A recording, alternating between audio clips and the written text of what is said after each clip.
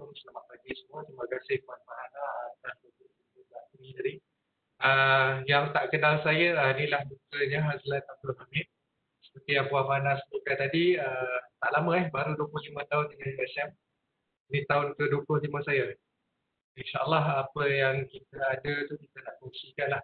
Dan pendekatan saya hari ini lebih kepada perkongsian pengalaman bagaimana saya set up HTC dan bagaimana nanti tuan-tuan, puan-puan yang menerajui pertubuhan pelajar boleh ambil skop-skop yang dikongsikan pada pagi ini untuk diterapkan dalam pertubuhan masing-masing.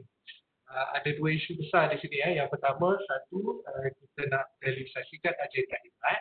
Yang keduanya, bagaimana perkara-perkara yang sebelum ini kita buat tu dalam norma baru kita nak ubah. So saya ucapkan selamat datang dan terima kasih kepada 143 setakat ni, 142 orang yang hadir. Dan saya harap ada di kalangan yang hadir ini merupakan pemimpin-pemimpin pelajar yang telah dilantik melalui AGM baru-baru ini. InsyaAllah. Dan hari ini skop kita selama 2 jam saya akan perkenalkan sedikit tentang hebat. Di bawahnya itu ada latar belakang, misi-visi, peranan dan fungsi, carta organisasi dan carta fungsi. Ini selalu orang keliru antara carta organisasi dengan carta fungsi. Kerana carta-carta inilah yang akan digunakan nanti ketika audit berlaku dan program-program utama yang dilaksanakan di bawah institusi. Dan kemudian kita nak juga kongsikan hebat credential, apa yang berlaku. Orang dah dengar hebat tu apa, tapi bagaimana kita nak realisasikan hebat dalam aktiviti-aktiviti di bawah pertubuhan pelajar dan bagaimana HDC dapat membantu pelajar untuk merealisasikan hebat credential ini untuk kegunaan individu. Seterusnya kita nak lihat pengurusan pertubuhan pelajar itu dan hari ini saya nak kenalkan GRT Formula. Apa tu? Kita tunggu nanti dekat slide yang berkenaan. Dan bagaimana pengurusan data dan statistik harus dilaksanakan di bawah pertubuhan pelajar. Dan akhir sekali, apakah impak pertubuhan pelajar yang kita nak tahu iaitu dari segi konsep data raya dan sistem berkaitan, kualiti dan visibility termasuk individu bukan saja USM, tapi bagaimana kita nak bawa individu USM ataupun alumni USM itu sebagai alumni hebat dan dikenali seantara dunia lah kalau boleh. Do we have international student with us pagi ni? Farhana? Yes, do we have international student with us pagi ni? Because I'm going to deliver this in Bahasa Melayu. So far punya tak. So far kita tak terima lagi daripada semua faham Bahasa Melayu lah kan InsyaAllah. In case there is international student, yang itu saya akan adakan secara slot berbeza lah. Dia dengar dulu InsyaAllah. Alright. So 4 rangka modul inilah yang nak diperkenalkan pada hari ini secara dasarnya. Dan objektif pembelajaran hari ini tak banyak, ada 3 je. Satu, nak kena tahu apa itu HDC dan peranan-peranan di bawahnya. Nombor 2 yang kita nak minta pertubuhan pelajar buat ialah penjenamaan semula pengurusan organisasi pertubuhan pelajar sejajar dengan hala 7 USM dalam era norma baru pasca COVID ni. Dan kita agak risau bila angka kita meningkat semalam dengan harapan kita doa ramai-ramai supaya tidak ada gelombang kedua. Dan seterusnya yang terakhir memantapkan urus takdir informasi dan dokumentasi pertubuhan pelajar serta impak kepada diri dan USM. Kenapa data dan informasi penting? Konsep data raya inilah yang digunakan untuk menentukan ranking sesebuah universiti. Yang mana pada hari ini kita nak perkenalkan bagaimana data ini melibatkan pelajar dan pertubuhan pelajar. Okay. Tapi sebelum tu saya nak takrifkan saya tidak ambil mana-mana teori. Ini sekadar tarifan daripada Kamus Dewan edisi keempat mengatakan pengurusan itu bermaksud perbuatan atau hal mengurus sesuatu, tidak kira sama ada syarikat, badan perniagaan dan lain-lain. Dan dalam konteks pada pagi ini, pengurusan itu kita nak kata pengurusan pertubuhan pelajar. Dan mana organisasi itu kita takdirkan kesatuan ataupun susunan yang terdiri pada orang dalam satu pertubuhan atau perkumpulan untuk tujuan-tujuan tertentu. Dan saya percaya semua pertubuhan pelajar di bawah USM ini digunakan atas alasan-alasan yang tertentu untuk mencapai objektif dan mensasarkan aktiviti-aktiviti tertentu bagi kemudahan pelajar dan aktiviti pelajar. Tapi sebelum kita pergi ke pertubuhan pelajar, saya nak kenalkanlah juga sedikit tentang HDC. Dan tuan-tuan, puan-puan, rakan-rakan peserta sekalian, saya mohon nanti lihat bagaimana kita transformasikan daripada 3 buah pusat menjadi satu entiti di bawah HDC dan bagaimana peranan-peranan kami itu boleh membantu. Dan pertanyaan itu nanti akan dikumpulkan oleh Prof. Hana lah, yang mana saya boleh jawab, saya akan jawab lah insyaAllah. Okey, yang tak kenal HDC, inilah dia, terletak dekat bangunan H21, Kompleks Cahaya Siswa di bahagian bawah. Dulu kita ada 3 komponen dan sekarang dijadikan di bawah satu bangunan. Dan pusat pembangunan hebat ini adalah merupakan satu entiti di bawah bahagian hal ehwal pembangunan pelajar dan alumni.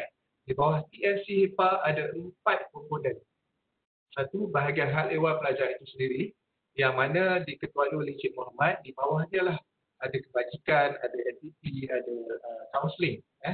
Dan keduanya diteraju oleh saya, HDC. Yang ketiga, HDC ialah Housing Accommodation Center, diterajui oleh Puan Latifah. Dan yang terakhir, Alumni Development Center yang diterajui oleh Puan Sharifah Nalina. 4 entiti ni, student kena faham lah. Maksudnya, 4 ni menyediakan servis yang berbeza. Contoh kalau nak tanya pasal perumahan, kita pergi dekat HDC. Kalau nak tanya pasal latihan pelajar, kita datang ke HDC. Kalau nak tanya pasal kebajikan pelajar, kita pergi ke HDC. Dan seterusnya bila dah jadi alumni esok, banyak program yang diaturkan di bawah HDC untuk tatapan kita semua sebagai alumni hebat lah insyaAllah. Dan HDC ditubuhkan pada 1 Januari 2020 dengan gabungan 3 pusat besar di bawah HDC terdahulu, yang mana sekarang dah jadi satu, diterajui oleh saya sendiri insyaAllah. Dan untuk makluman rakan-rakan peserta sekalian, saya bukan ahli akademik. Saya merupakan pentadbir yang dilantik ke jawatan pengarah untuk melihat keberkesanan dan implementasi agenda hebat. Itu tujuan utama kenapa HDC dikumpulkan, untuk merealisasikan agenda hebat. Dan saya percaya telinga peserta dah dengar hebat itu apa, tapi bagaimana kita nak approach hebat dalam kalangan rutin dan aktiviti seharian. Ini yang saya sebut, dan misi kami senang, memimpin dan melestarikan agenda hebat. Dan apa misi kami? Untuk mewujudkan ekosistem kondusif dalam pembangunan pelajar hebat, iaitu holistik, keusahawanan atau entrepreneurial, seimbang, balance, articulate atau artikulat dalam bahasa Melayunya, jangan berkulat sudah, dan berfikir, thinking, bagi meningkatkan nilai kebolehpasaran graduan melalui tadbir urus berkualiti serta penyampaian perkhidmatan berkesan. Bahasa mudahnya, hebat ini patutnya boleh bawa adik-adik pelajar kita ke taraf yang lebih tinggi dan besok bila dah habis bergraduat, boleh dipasarkan dengan mudah. Isu dipasarkan sini ada 2 konteks. Satu, dia minta kerja. Lagi satu, dia create kerja. Job creator. Dan kita harap kalau tak dapat kerja dengan mana-mana organisasi pun, dia boleh sekurang-kurangnya menjadi usahawan yang berjaya dan boleh mengambil rakan-rakan lain untuk bersama-sama memperjuangkan bisnes masing-masing. Okay. Apa peranan HDC? Sebelah kiri slide saya tu sebagai whistleblower, bertindak sebagai penyalur maklumat kepada pengurusan tertinggi universiti.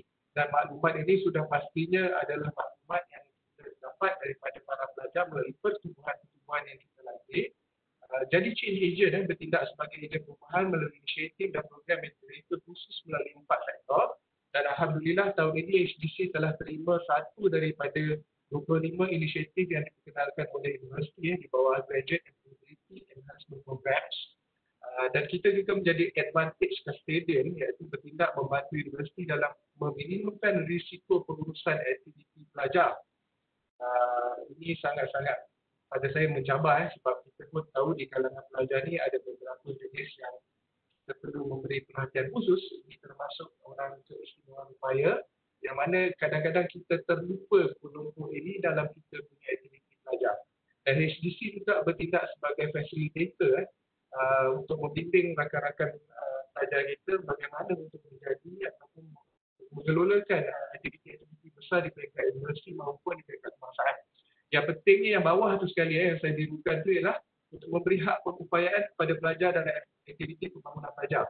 Peringkat universiti ataupun TNC HEPA sendiri dah bersetuju semua jawatan kuasa nanti kita akan jemput pertubuhan atau wakil-wakil pelajar untuk bersama-sama dalam aktiviti-aktiviti perancangan, aktiviti aktiviti melihat semula dasar kerana kita nak suara-suara pelajar itu sampai ke peringkat pengurusan tertinggi USN selain daripada melalui entiti itu sendiri lah. Dan ada kita susun 4 sektor di bawah HDC yang akan insya-Allah cover semua atribut di bawah hebat melalui hari ini macam Puan Mana dia dalam kompetisi siswa. Objektifnya adalah menyediakan program pembangunan sasiah, kepimpinan dan kebudayaan yang mampu membentuk akhlak luhur dan kesukarelawanan kebudayaan di Teraja Lekir Syahrir untuk menerapkan nilai-nilai kesukarelawanan. Dan ada 175 peserta hari ini secara sukarela ataupun dijemput telah bersama-sama untuk mendengar talk pada hari ini. Dan keusahawanan itu sendiri untuk melahirkan bakat yang berkualiti serta mempunyai pemikiran, atribut dan nilai keusahawanan yang mampu memasarkan produk sendiri pada masa akan datang. Dan di akhir kerjaya dan kemudian pasaran. Dan kita nak pastikan graduan USM dapat dibukakan dengan secukupnya dan memenuhi kehendak pasaran semasa, terutama cabarannya dalam norma baru yang mana company banyak tidak mengambil rekrutmen atau pekerja baru. Bagaimana kita nak kekalkan kemudian pasaran adik-adik pelajar kita lah. Dan objektif inilah yang akan dijadikan tugasan di setiap sektor dan di bawahnya ada orang dalam sektor. Saya kongsikan juga rakan-rakan saya di bawah HDC. Tadi saya sebut tu diketuai oleh siapa dan siapa di bawahnya. Kenapa saya perlu tunjuk perkara ini? Sebab ada pertubuhan pelajar saya tak nampak carta organisasinya. Dia hanya senarai MP, Majlis Tertinggi yang terdiri daripada YDP sampailah AJK, tapi susun aturnya tidak kelihatan. Dia kalau letak exco pun exco kebajikan. Dalam exco kebajikan tu buat apa? So nak bezakan, yang ada nama orang tu adalah carta organisasinya dan saya perlukan lagi satu daripada pertubuhan pelajar, carta fungsi. Daripada sektor-sektor yang kita janjikan tadi itu, inilah fungsi. Saya sengaja letak kecil supaya tak dapat dibaca. Tapi perkara ini boleh dilihat dari laman web HDC. Kenapa perlu diterangkan daripada objektif dan diterjemahkan kepada fungsi? Sebab melalui fungsian inilah nanti kita akan tahu siapa buat apa, bahagian ataupun exco mana yang akan pegang dan bertanggungjawab atas suatu perkara. Dan ini akan diterjemahkan dalam bentuk aktiviti. Setakat ni laju kah saya? Tak tahu dah. Sebab dalam komen ni setiap pertubuhan pelajar ada carta organisasi dan carta fungsi. Betul, itu yang kita minta. Okay. Dan daripada dua, bila kita ada fungsian, kita nak tahu bawah fungsian ni apa yang kita nak buat. Kalau di bawah HDC ada 4 sektor, daripada kiri ke kanan tu yang tulisan hitam bawah. Dan kita dah susun ikut tahap pengajian pelajar daripada tahun 1, 2, 3 dan tahun akhir seterusnya sampai graduasi dengan beberapa aktiviti utama. Yang ini yang utama, yang kecil-kecil banyak lagi. Dalam setiap aktiviti ni contohnya ada modul-modul. Dalam pimpin hebat contohnya sebelah kiri bawah, semua pelajar tahun 1 wajib pergi. Itu ada lebih kurang 10 hingga 15 modul. Cuma dalam norma baru ni kita akan tengok balik kesesuaian. Sama ada sesuai tak sesuai. Contoh perkemahan. Adakah sesuai tidak disesuaikan untuk dilaksanakan. Dan kita juga adakan pasport selepas ini yang mana pelajar akan monitor perkembangan aktiviti bukan akademik melalui pasport dan seterusnya aktiviti-aktiviti yang dipaparkan sehingga ke satu tahap yang mana saya nak tekankan kat sini fish dengan stage yang akan mempersiapsediakan pelajar untuk ke alam pekerjaan. Maksudnya aktiviti-aktiviti yang disusun ini seharusnya dapat membantu pelajar dari segi aktiviti bukan akademik menguatkan transkrip akademik dan membolehkan mereka dipasarkan oleh setidak-tidaknya aktiviti yang dilaksanakan oleh HDC. Ini tidak termasuk semua aktiviti yang diluluskan di bawah pertubuhan pelajar. Itu pun ada platform-platform lain yang pelajar boleh lihat. Dan dalam pengurusan aktiviti ini, HDC matlamat utama ditubuhkan adalah untuk tengok hebat. So apakah hebat sebenarnya dalam pengurusan aktiviti yang kita dah aturkan? So apa yang kami buat, sebelum kami nak tunjukkan di manakah hebat dalam segi 3 kod ni, saya perkenalkan dulu hebat. Apa itu hebat? Minta maaf grafiknya sepatutnya ada animation tapi sebab saya pakai Webex ni dia tak dapat keluar saya share folder. So di bawah hebat ni, hebat credential ni ada 2 perkara besar tuan-tuan puan-puan para peserta kena tahu. Satu tangible, perkara yang boleh diukur dan satu intangible. Dan intangible ni 5 elemen tu lah, H, E, B, A, T, di bawahnya ada 14 attribute. Dan mana intangible yang susah nak diukur tu yang A pakai motor yang ada colour biru. Akhlak. Bagaimanakah nak ukur akhlak seseorang? Ini perkara yang intangible dan kita harapkan akhlak ini dapat diukur serentak dan selari dengan apa aktiviti yang kita buat lah. Pengukurannya buat masa ni belum ada. Saya cakap belum ada tu contoh kalau kita lihat kawan kita tu sentiasa senyum, belum tentu dia bahagia dan kalau kita tengok sentiasa serius, belum tentu dia susah hati. Ini perkara-perkara yang susah untuk kita ukur. Tapi di bawah hebat, 5 elemen hebat, kita ada 14 atribut yang kita boleh ukur dan ada pengiraannya. Cuma hari ini saya tak tunjukkan pengiraan secara detail, tapi saya nak tunjukkan. Di bawah H ni ada 3 elemen, iaitu kepimpinan, kerja kumpulan, pembelajaran sepanjang hayat. Di bawah E atau entrepreneurial ni, ada bidang keusahawanan dan kemahiran keusahawanan. Di bawah B, balance atau seimbang, ada nilai dan sikap, etika dan profesionalism, pemikiran saintifik, seni dan kemanusiaan. Dekat sini, di bawah seni dan kemanusiaan ini juga nanti kita akan masukkan elemen sukan yang mana kita tengah kaji dan secara dasar diluluskan. Buat masa ni elemen sukan tu duduk dekat teras CSD. Hari ini saya tak cerita teras CSD. Kalau ada soalan pun nanti kita tengok macam mana dia berkaitan. Dan A, di bawah A kita ada komunikasi dengan keyakinan. Kita nak student kita di USM, alumni USM ni berkeyakinan dan berkemahiran dalam komunikasi yang baik lah, sama ada in bahasa Melayu ataupun in English. Kalau ada bahasa-bahasa ketiga dan keempat tu memang diadukan. Dan yang terakhir, dua perkara yang terakhir inilah yang tiada dalam blueprint yang membezakan Universiti Sains Malaysia dengan rakan-rakan IPTA dan alumni-alumni lain.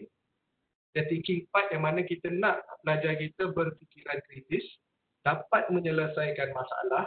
Penyelesaian masalah ni dalam konteks ini kita bawa sekali dalam final year project. Sekiranya projek-projek impact, contoh kita ada rakan-rakan tuan-tuan puan-puan, ada 3 orang sekarang berada dengan kita buat intern daripada sains komputer dan mereka ini ada produk yang akan diguna pakai oleh universiti. Kita nak macam tu. Dia dapat menyelesaikan masalah melalui final year project dia. Dan akhir sekali berminda global.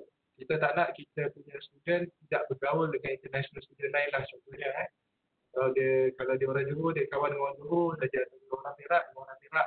Kita nak kalau boleh orang Johor dengan orang Perak atau sekali. Right? Itu contohnya lah.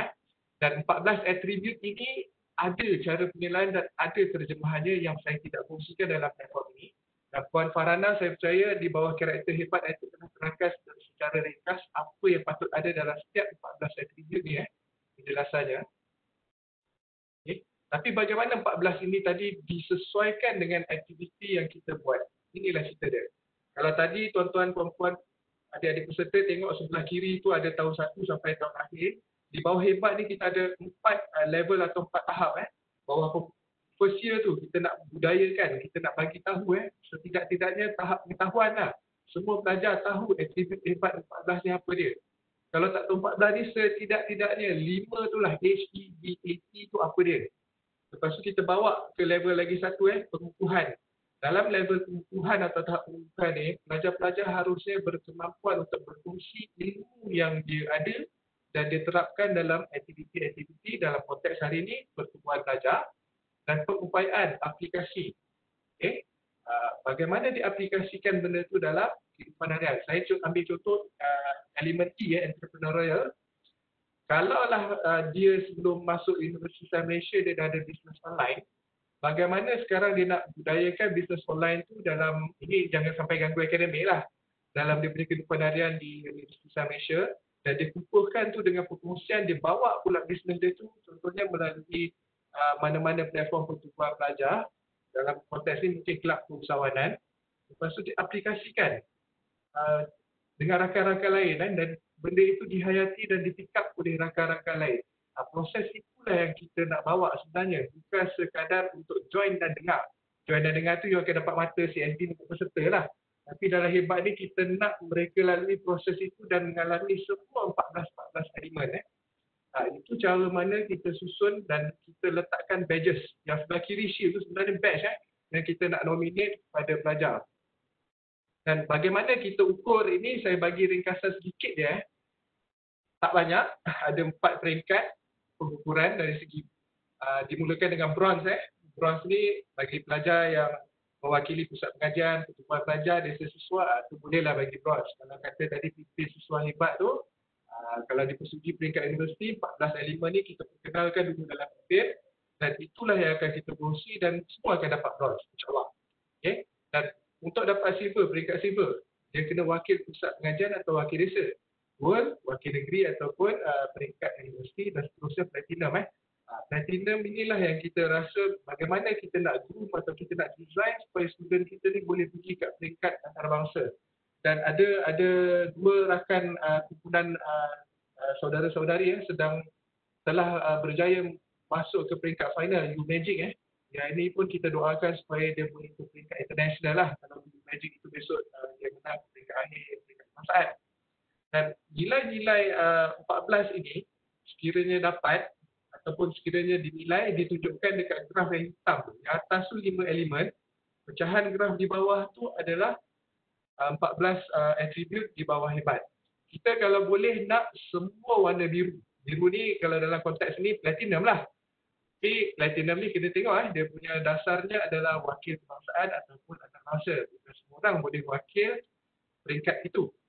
Okay, saya ada terima soalan daripada pelajar sebelum ni, dia kata kalau saya buat satu-satu projek yang dinamakan Seminar Peringkat Kebangsaan Persatuan Bahasa Tionghoa, peringkat kebangsaan, adakah itu dikira sebagai platinum?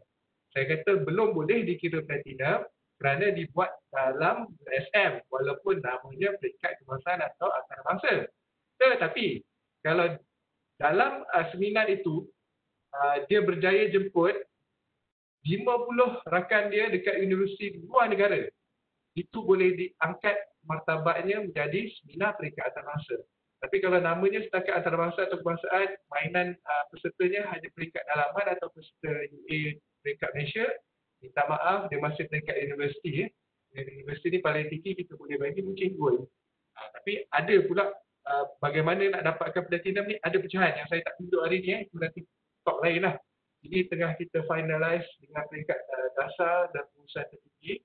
Tapi secara gambarannya kalau nak hebat, senang je, kumpul semua 14, semua platinum. Hebatlah anda. Okay? Dan bagaimana kita nak terjemahkan perkara ini dalam CV ataupun SNUP pelajar. Inilah cerita dia. Kita dah dalam proses penghasilan ECB, ini fasa 2 insyaAllah. Dan kita akan letak badges ini. Maksudnya apa adik-adik? Kalau company tengok, tanpa dia bacalah education awak apa, personal skills apa, professional skill apa, dia tengok badges ini, dia dah kata budak ni hebat atau calon ini hebat. Sebab dia dah kumpulkan 14 dan 14 ni ada kategori dia lah, gold, bronze sampai platinum tadi. Dan dia boleh terus menjurus ke bawah, sebelah bawah CV tu graf-graf. Dia dah tahu calon yang dia nak terima ni bagus dekat bahagian mana. Dan percentage hebat tu, kalau tengok shield yang besar sikit tu, ada peratus kehebatan dia tu. Selain daripada dia kumpul shield, kita nak tengok kualiti. Kita tak nak tengok kuantiti saja, kita nak letak peratus. Kalau kita cadang di peringkat HDC ni, 86 dan ke atas tu platinum lah. So dalam peringkat ni, kesnya namanya, pelajarnya Puteri Salamah, pegawai saya. Kita kata dia platinum dan tanpa orang baca, orang dah kata ini telok grade A. So kita akan letak dalam senarai saringan tu mungkin dia ke atas. So inilah yang membezakan CV adik-adik USM dengan CV adik-adik di universiti lain. Universiti lain mungkin dia buat sampai peringkat ACB, itu ada dalam blueprint kementerian. Tapi di USM kita tambah lagi 2 attribute. Articulate dengan thinking part tu. Okay, yang mana benda ni semua nanti akan dianalisa secara komputer insyaAllah dan akan dipaparkan untuk setiap pelajar. Apa maksudnya? Maksudnya kalau pelajar yang aktif, cantiklah dia punya percentage, cantiklah dia punya batch yang dia kumpul tu. Tapi kalau pelajar ni seorang yang introvert contohnya, tak join apa-apa, kadang nak dapatkan transkrip akademik, hanya akademik lah. Kita akan ada lagi satu transkrip di bawah akademik yang akan memaparkan semua keputusan akademik. Tapi kalau saya jadi seorang CEO company, calon yang macam mana saya nak? Saya nak calon 4 rata, 4.0 for flat dengan aktiviti bukan akademiknya, pegang persatuan, pegang jawatan, atau saya nak ambil 100% yang akademiknya bagus. Kalau tanya saya, personally, saya pernah jaga recruitment ASM, baik saya ambil 2.7, tapi dia banyak pegang jawatan dan tanggungjawab daripada saya ambil 4.0. 4.0 ni dia tahu teori. Pengalaman dia mentadbir persatuan atau pertubuhan pelajar, tak ada. Pengalaman dia berkomunikasi mungkin hanya dengan akademik atau rakan-rakan, sesudah melibatkan akademik saja. To me, mereka ni orang yang bagus pengajiannya, tapi tidak berapa menarik dari segi yang bukan akademik lah, sebab aktif. Dan kita tak nak nanti orang yang begini teorinya bagus tapi pelaksanaan execution di tempat kerja tak dapat berlaku dengan baik. Okay. So itulah apa yang kita buat dekat SDC setakat 6 bulan pertama tahun 2020. 6 bulan kalau budak ni dia baru nak merangkap. So perkara-perkara yang saya kongsikan ni bagaimana nak diterjemahkan dalam pertubuhan pelajar. Okay. So kat sinilah saya masukkan skop pertubuhan pelajar. Yang inilah yang sebenarnya rakan-rakan yang 197 sekarang ni 194 orang yang mana terdiri daripada MT pertubuhan pelajar. Sila beri perhatian dengan baik. Rakan-rakan peserta lain tu mungkin dengan sebagai ilmu. Di bawah pengurusan pertubuhan pelajar tak banyak saya minta. 1, kena ada strategi. 2, kena ada datang. 3, semua benda perlu dipantau. 4, kena ada laporan. Kenapa saya sebut macam ni? Sebab HDC ataupun bahagian EPA di kampus kesihatan dan kebutaan, bila terima ni lengkap. Ada strategi, ada kerja, ada kelulusan, ada program, ada laporan. Tetapi perkara yang sebenarnya benda ni semua atas kertas, tidak berlaku. Sebab dia nak kejar mata CSD untuk desa, kertas kerja tu dibuat, tapi contohnya bila kita dilanda dengan PKP 1 hari tu, COVID, semua aktiviti tertangguh untuk 3 bulan. So saya nak kata, adakah mereka ini tak buat kerja? Kerja dah dibuat, kerja dah dihantar, diluluskan. Yang tak berlangsung hanya ada aktiviti. Tapi proses melaksanakan dan membuat persiapan awal tu telah dilakukan oleh AJK ataupun MT ataupun ESCO. Yang itu kita kena award lah. Maksudnya masih dapat mata desa. Tetapi programnya tidak dilaksanakan. Maksudnya dalam pelaporan itu pada saya tidak lengkap kerana impact daripada laporan atau aktiviti itu tidak boleh dilakukan. Dia hanya berlaku atas sehingga timusan tahap kertas kerja. So, saya nak tunjuk jugalah, tapi cuma saya tunjuk atas. Ini perkara yang saya perlu highlight juga. Dan slide seterusnya ni, kalau siapa yang ada phone dan boleh ambil screenshot, siapa yang duduk kat laptop tu boleh ambil. Sebab inilah yang kita nak minta semua pertumbuhan pelajar ada. Yang saya kata GRT tadi tu GRT formula tu governance, resources, talent. 3 perkara ini perlu dilihat di bawah semua pertumbuhan pelajar. Pertumbuhan pelajar ni mengambil kira persatuan, kelab, badan uniform, anak negeri, MPD dan sekretariat. Okay. Apa elemen yang perlu ada dekat bawah governance? 1, perlembagaan. Ada dengan saya ni contoh perlembagaan pemanis lah satunya. Lengkap antara yang lengkap. Bagus saya ucapkan, dan kita di peringkat HDC juga sedang buat dokumentasi baru tentang perlembagaan, especially sehubungan norma baharu ni. Contoh perlembagaan sekarang ni kita nak limit the number of peserta kepada 250. Ini keputusan universiti kita tengah tunggu keputusan negara. Kita khawatir ada gelombang nombor 2. So perkara-perkara itu perlu dikemaskini. Tapi dalam perlembagaan pertubuhan pelajar ada ke tak? Ada ke tak visi dengan misi? Objektif ada, tapi visi dengan misi. Apa visi dengan misi tuan-tuan peserta ataupun MT yang memegang jawatan di pertubuhan pelajar? Perlu diadakan. Yang ini akan saya buat semakkan nanti, dan bagi mereka yang tak ada tu kita akan hubungilah secara maya ataupun bersemuka. Kita cuba minta agar benda ni dibengkelkan di bawah sektor kompetensi siswa. Saya dah semak, Puan Fana, duit tu ada, mungkin kita boleh buat, tapi untuk MT saja kita buat. Right? Hotel pun kita dah boleh pergi dengan kapasiti 250 lah. Okay. Dan objektif pertubuhan. Okay. Kenapa saya highlight semula objektif? Contoh, kelab catur. Objektif penubuhan kelab catur kalau tanya saya adalah untuk melatih ahli-ahlinya cara main catur lah. Dan boleh dihantar ke pertandingan sama ada peringkat daerah, universiti, daerah, negeri, negara, kebangsaan ataupun antarabangsa. Tapi bila saya tengok aktiviti yang dikemukakan bawah kelab catur, logging, town hall, yang tak ada kaitan pun dengan strategi permainan catur. So, you all kena visit balik objektif penubuhan kelab itu untuk apa. Kalau kelab ini ditubuhkan atas jawatan ataupun atas co-curriculum dan diambil kira dalam transkrip untuk perijazahan, itu jelas. Tapi kalau yang macam tadilah ataupun kelab pidato, sepatutnya penubuhan kelab pidato adalah untuk melatih peserta atau pelajar pergi sampai peringkat antarabangsa. Tapi dia buat program Mari Jerah, dia buat program buka puasa yang pada saya tak ada kaitan pun untuk melatih peminatu. Ada perkara-perkara di bawah governance pertubuhan pelajar itu perlu dilihat semula. Dan struktur saya sebut dah tadi, contoh yang saya berikan, carta organisasi dengan carta fungsi kena ada. Setakat yang kita terima sekarang ada carta organisasi sahaja, mana senarai-senarai MP. Dan saya agak terkejut, ini student kita bijak tak bijak dah thinkingnya, yang mana ada satu pertubuhan pelajar, saya tak nak sebutkan namanya, ada 500 lebih dia punya MP, majlis tertinggi. Semua pegang jawatan. Memang tidak disebutkan dalam perlembagaan atau statut, ini perkara-perkara yang HDC tengah lihat semula. Dan ada juga pertubuhan pelajar yang ada 2 YDP. Wajarkah ada 2 YDP? Kerana kita ada cawangan di kesihatan dan ada cawangan di kebukaan.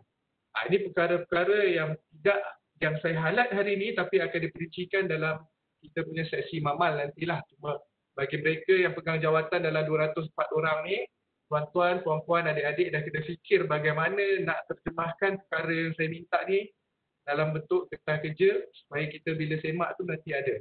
Dan ketika tuan-tuan, puan-puan hantar laporan aktiviti, kami di HDC dah kumpulkan bawah governance. Macam saya sebut tadi, aktiviti yang dijalankan tidak menjawab objektif penubuhan pertubuhan pelajar. Ini kena tengok bagaimana nak plotkan aktiviti itu nanti saya tunjuk. Aktiviti ini seharusnya menjawab 5 elemen dengan 14 atribut. Itu tak masuk terah CSD itu nanti itu. Saya bukan slot hari ini, kita akan ada slot berbeza. Dan akhirnya nanti semua perkara yang di bawah governance ini perlu dilaporkan di bawah annual grand meeting yang wajib diadakan. Setakat yang kita terima ni lebih kurang 75% dah buat AGM. Tapi yang hantar laporan lengkap tak sampai 20%. Ini juga kita akan tengok. Kita faham sehubungan dengan kekangan tempoh kurungan hari itu, kita bagi kelonggaran. So bagi mereka yang belum lengkapkan, boleh lengkapkan dengan maklumat baharu lah pada hari ini dari segi perlembagaan, visi-misi, objektif, struktur, aktiviti dan AGM. Termasuklah tadi juga yang saya sebut ada yang latih sampai IMT-nya 500 lebih, 100 lebih.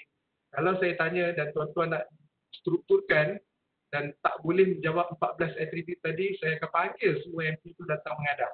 Terangkan bagaimana 500 orang ini boleh bantu di bawah pertubuhan masing-masing untuk menjawab 14 agenda. Sebabnya apa? Kita nak statistik dan semua aktiviti ini dijalankan ada duitnya. Kita tak nak duit itu tidak mendapat pulangan yang seharusnya lah. Itu bawah governance kena mantap. Di bawah pertubuhan pelajar juga ada resources atau sumber. Sumber ni macam tu lah, info dengan infrastruktur. Itu kita dah bagi yang mana boleh semua, kita bagi semua. Yang kena charge, mungkin dia buat dekat luar. Dan sumber kewangan persatuan, ada persatuan atau pertubuhan pelajar yang saya rasa lebih banyak peruntukannya daripada HDC sendiri. Jangan terkejut HDC untuk makluman tuan-tuan puan-puan hanya terima 70,000 untuk mengurus. Sedangkan kita tahu ada persatuan yang ratus ribu dalam akaun dia. Dan benda yang saya sebut ni setakat ni perlu direkod dan kena ada data. Tapi dalam laporan yang kita terima daripada AGM, tuan-tuan, datanya mungkin tak lengkap kerana mungkin sebelum ni diminta perkara yang diminta itu tidak dikemas kini. So sekarang hari ini kita akan minta perkara-perkara yang disesuaikan dengan norma baru. Dan yang terakhir di bawah pertubuhan pelajar, talent. Apa yang kita nak tengok talent? Talent ni bahasa Melayu dia apa? Semua terkena. Okey, talent ni orang yang terlibat dengan pertubuhan pelajar. Satunya dari segi penasihat. Dan ada pertubuhan pelajar yang ada penaung. Pada saya yang ada penaung ni satu je fungsi dia. Bagi pertubuhan pelajar yang ada penaung ni, saya harap penaung ni fungsinya adalah untuk memberikan dana. Kalau tak, dia tak jadi penaung. Kalau yang tak melibatkan duit itu namanya penasihat, bukan penaung. Dan penasihat sekarang kita akan mantapkan lagi fungsinya, bukan saja untuk menasihatkan pertubuhan pelajar, tapi kita akan adakan TOT bagaimana mereka boleh tengok dan nilai cadangan-cadangan aktiviti yang dilakukan oleh peserta-peserta ataupun MP atau AJK yang nak buat aktiviti lah. Dan of course dalam talent ni ada majlis tinggi. Takrifan universiti sebenarnya majlis tertinggi ni ada 4 je. Satu YDP, satu NYDP, satu setiausaha dan lagi satu namanya Benari. Yang lain-lain tu adalah EXCO dan AJK. Okay, yang cerita sampai 500 lebih tu saya akan tengok ni, saya tengah plot, tunggu plot tu siap. Bagaimana 500 orang ni akan menjawab semua agenda di bawah hebat. Dan yang tidak ada dalam database kami adalah ahli berdaftar. Dengan harapan ahli berdaftar ini dilaksanakan di tingkat pertubuhan pelajar. Kita tahu ada pelajar siap buat kad dengan gambar untuk bagi keahlian kepada ahli-ahlinya. Satu ketika dulu zaman saya Isaac zaman itu tak ada handphone, tapi expo-nya semua ada pager. 5 minit sekali pager dia bunyi. Time tu besar gila rahmat lah siapa dapat pager tu. Mungkin ada pertubuhan pelajar yang berkemampuan nak bagi tab pula tahun ni atau tahun depan. Ini perkara-perkara yang adik-adik kena tengok lah bagaimana perkara ni boleh dibawa dalam peringkat persatuan dengan persetujuan penasihat dan kelulusan HEPA itu sendiri. Dan sasaran peserta sasaran peserta ni saya masukkan juga kerana kita dapati contoh. Saya adalah ahli dalam IKMA sebab saya orang Johor, anak negeri, tapi aktiviti yang banyak saya join HAK. Sebab HAK aktivitinya lebih menarik. Ini bukan satu sendirian, saya bagi contoh. So anak negeri Johor pergi join anak negeri Kelantan. So sasaran peserta tu dah tersasar jauh. Tapi saya pula, rakan kita pula di HAK, dia akan terima sebab dia nak sambutan. Statistik itu juga lah yang kita akan kaji dan kita akan tengok sejauh mana keberkesanan sasaran peserta. Itu kalau dalaman. Lagi satu yang saya perasan bila pertubuhan pelajar buat ni, dia banyak buat dengan peringkat adik-adik di sekolah rendah dan sekolah menengah. Ini kumpulan sasaran yang kita akan tengok sebab dah melibatkan orang luar kerana adik-adik USM ni bawa nama USM bila buat aktiviti-aktiviti dengan orang luar. Ada lagi satu aktiviti yang saya perasan juga yang membawa masuk atau melibatkan ahli politik. Ada prosedurnya dan sekarang bila ada perubahan kerajaan, takrifan yang dikeluarkan oleh AUKU atau perlembagaan, kerajaan semasa lah. Kalau ahli politik kerajaan terdahulu dah berubah, semasa guna yang semasa.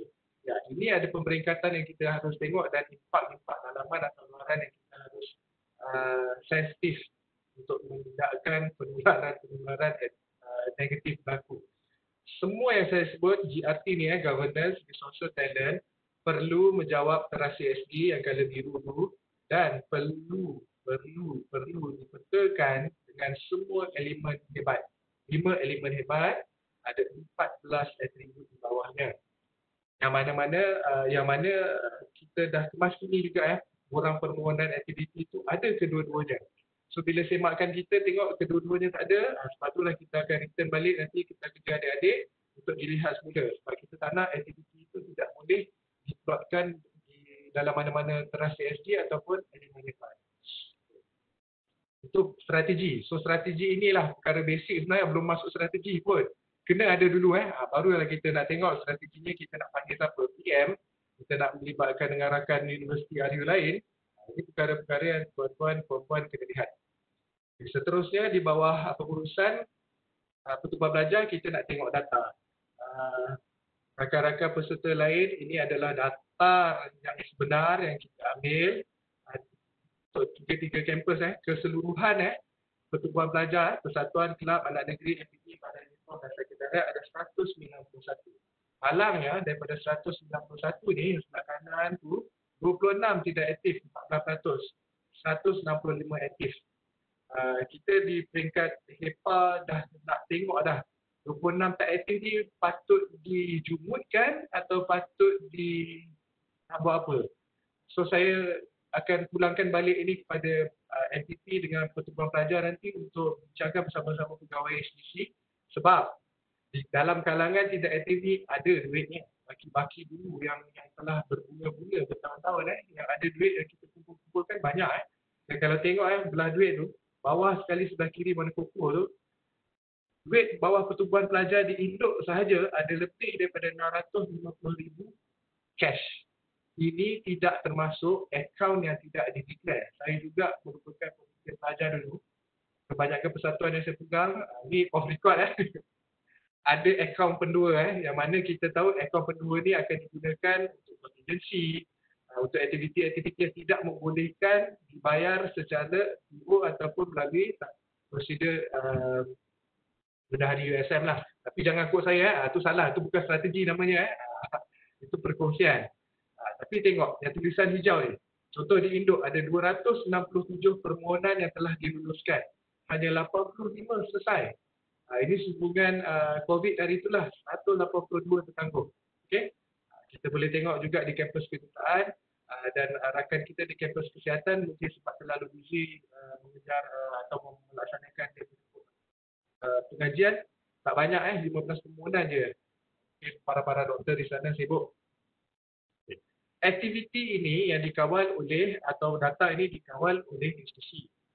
Aktiviti ini sekiranya data ini sekiranya tidak disalurkan melalui pertubuhan pelajar, maka tidak akan adalah dengan kami. Dan kalau silap dilaporkan, silap jugalah kami. Kenapa? Sebab data-data ini akan digunakan di peringkat universiti untuk ranking. Okay. Dan data apa lagi yang kita nak?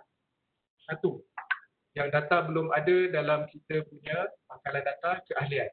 Kalau tak percaya, peserta, adik-adik peserta buka kampus online tu, cari. Dekat kalau you ahli silat cekak lah contohnya ataupun ahli bahasa Tionghoa tadi tu atau anak negeri Johor, awak tengok dekat mana benda itu di-capture dalam SMU pelajar ataupun CV pelajar. Buat masa ni tak ada. So, pertubuhan pelajar kita minta dia rakamkan data keahlian cadangan kami kat situlah nama, nombor metrik, pusat pengajian program tu basic. Yang selalu orang tertinggal ada 3 perkara, 3 bawah tu Satu, desa mana dia duduk. Kadang-kadang dia lompat desa, kadang-kadang tahun kedua, tahun ketiga dia di petas, pelajar tanpa asrama Dan kita kadang-kadang tertinggal rakan kelainan upaya kita bila kita buat program. Sehingga kan mereka telah memohon untuk adakan satu kelab. Dan kita ada sekretariat kelainan upaya yang akan tengok agenda di bawah OKU ni lah. Dan last sekali bila kita buat aktiviti, dulu banyak aktiviti yang kita buat, kita tertinggal kawan-kawan kita yang memerlukan perhatian kesihatan yang lain. Itu yang bila buat pimpin, dia tengok sembelih ayam tu dia pingsan sebab nampak darah. Perkara-perkara ini tidak ada dalam database dan tidak dilaporkan. Okay? Dan data di bawah program aktiviti yang kita nak seperti biasa program tajuk kaedah pelaksanaan, bagaimana jumlah peserta, ini perkara-perkara yang perlu dilaporkan kos terlibat dan akhir sekali yang belum ada dalam database adalah bahan bukti. Selepas ini semua aktiviti di bawah HDC akan diberikan sijil digital rakan-rakan saudara-saudari yang terima ni tu yang sayembara sajak yang baru kita tutup dan kita dah announce pun dia punya pemenang. Itu antaranya lah dan yang melibatkan Usahawan Sendiri akan terima sijil digital dan mereka yang terlibat dalam semua e-training HDC akan dapat sijil kompetensi digital. Okay, inilah yang akan digunakan nanti untuk saudara-saudari perkemaskan CV atau resume. Kita tak nak nanti, tak maulah saya terpaksa guna perkataan ni sebab nak bagi motivasi sikit pada pagi ni. Muka dah lah tak handsome, tak cantik. Suara dah lah tak sedap. Result dah lah tak baik. Setakat 2.2, 2.5. Apa kalau tak, jangan sampai jual goreng pisang tepi jalan pun tak laku sudah. Dalam pasca COVID norma baru ni, cabarannya tinggi.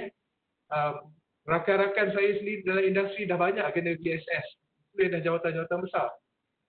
So adik-adik yang nak grad ni lebih kurang 4,000 lebih ni, bulan 10 ni.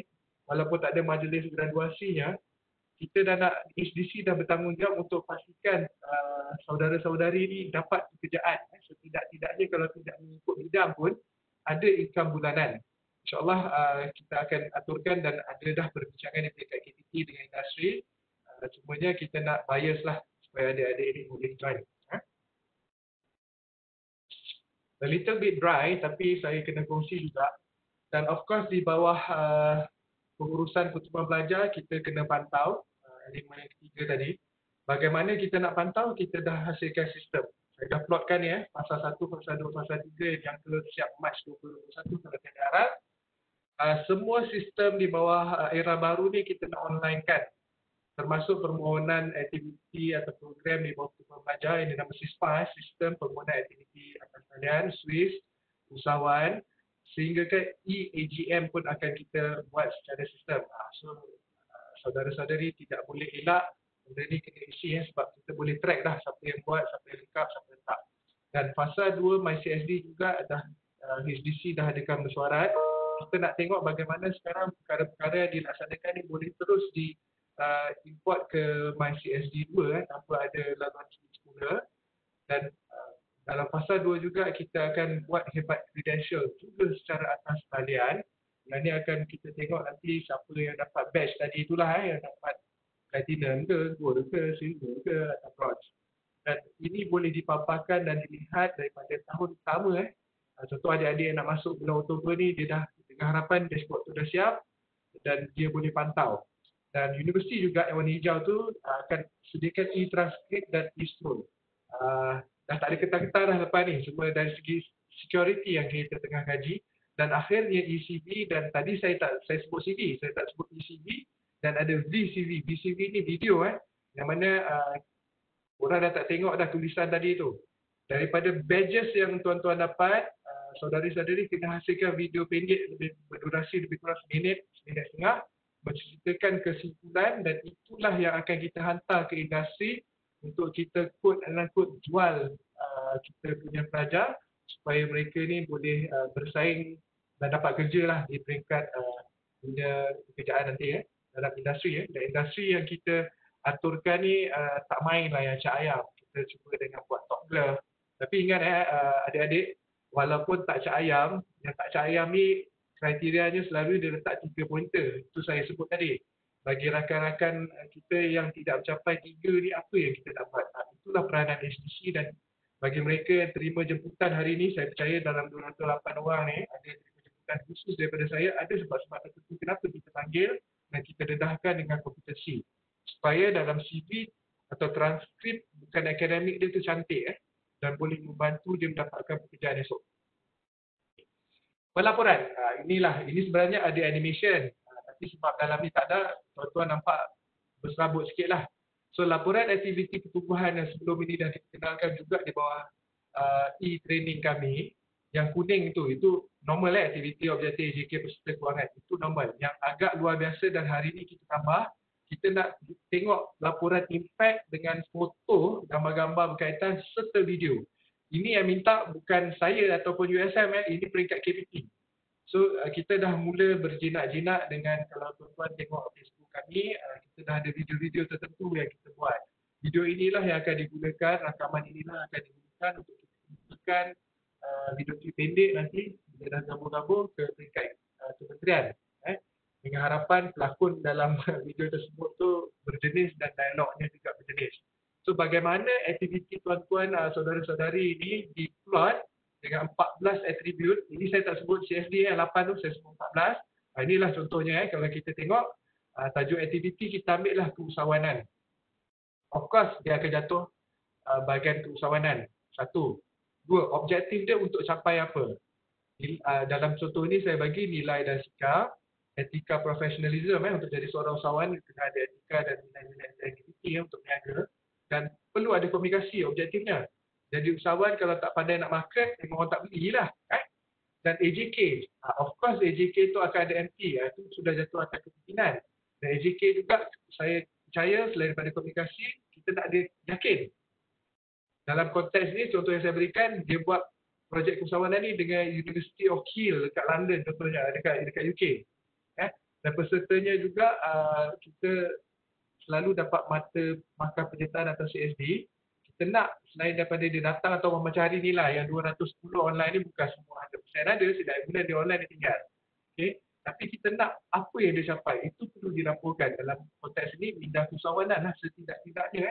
Dan keuangan itu, contoh, program ini tidak diberikan semua keuangan. Dia pergi berusaha dengan syarikat luar, dia pergi cari tajaan. Tu dia menyelesaikan masalah tak? Bagi saya, ya. Okay? Dan apakah impact yang kita nak bagi? Sebab dia buat program ini secara maya dan banyak universiti luar negara berfungsi dan terlibat, kita boleh jatuhkan dia di bawah bintang global.